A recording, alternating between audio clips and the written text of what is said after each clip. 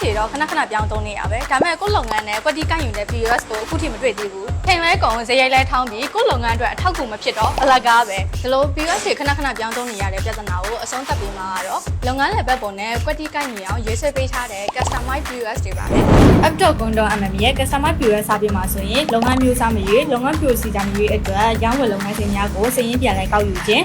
ထည့်သွင်းရမယ့် feature တွေအတွက် meeting ထိုင်ဆွေးနွေးခြင်းကိုင်ညီတဲ့ customer POS software တိစောက်ပေးခြင်းတို့နဲ့တဆင့်ချင်းစနစ်တကျတာဝန်ယူရေးဆွဲပေးနေပါတယ်။ဒါအပြင် user account လည်းအကန့်အသတ်လုံးဝမရှိဘူး။နေ့စဉ်ကြေးရလည်းနည်းပါတယ်။ cloud based server system ကိုအခြေခံထားလို့ internet ရှိတဲ့နေရာဒေသတိုင်းတွေသုံးနိုင်တယ်။အဲဒါတစ်ခုခုကြောင့်အကူအညီလိုတဲ့အခါမှာလည်းအကူအညီပေးမယ် after sales service ကိုစီစဉ်ပေးထားတာကြောင့် POS တွေခဏခဏပြောင်းသုံးစရာမလိုတော့ပဲကိုယ့်လုပ်ငန်းနဲ့ကွက်တီကိုင်ညီတဲ့ customize POS software များကို app.com.mm မှာအသက်တာဆုံးဈေးနှုန်းဖြင့်ရေးဆွဲနိုင်ပါပြီရှင်။အသေးစိတ်သိရှိလူသူများအတွက်ဖုန်းနံပါတ်3992134355ကိုအချိန်မရွေးဆက်သွယ်မြင်များနိုင်တယ်လို့ page ပေါက် Messenger မှာလည်းဖုန်းနံပါတ်ထားခဲ့နိုင်ပါတယ်ရှင်